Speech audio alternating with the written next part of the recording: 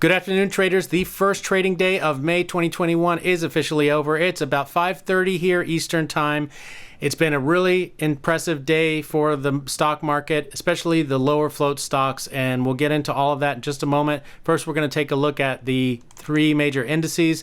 Dow Jones Industrial Average has been consolidating for about a week and a half or so. If it breaks down through this 337 level, we're probably going to be heading to the next support level around $332. If it breaks out above this level, obviously that's going to be all-time highs. And let's take a look at the SPY right now, which tracks the S&P 500. This thing has been running up like crazy since the end of March, all throughout April. Every time it pulls back a little bit, it breaks out and then makes new highs again. Right now, it's consolidating around this, let me reveal this level, around 416-ish, it looks like, something like that. So if it breaks down through that 416, we're probably going to be heading at least back to 410, 411, and then if not, maybe back to an extreme support level eventually. So finally, we have the NASDAQ, the tech stocks.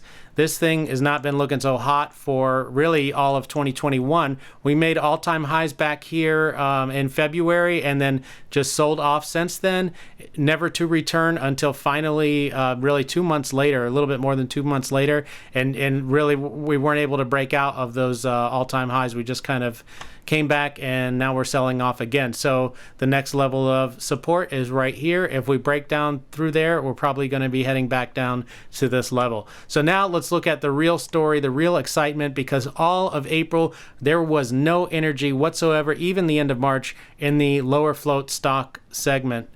So top gainers one day. This is the first time I've seen numbers like this. The energy really wasn't there in the pre-market. We still had kind of low numbers in the percent change in the pre-market.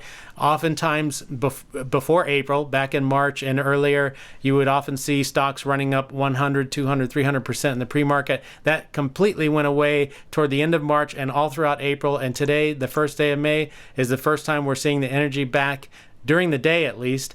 Still not quite there in the pre-market, but also throughout March and April, the end of March and April, we didn't have any one-day top gainers breaking out over maybe 40%, 50%. That would have been a good day in April. So not very exciting. But today, this was a really exciting day because these top three stocks, which if you check on their float size, they're all less than 10 million shares. I mean, some of them are around 1.5 million, 2 million.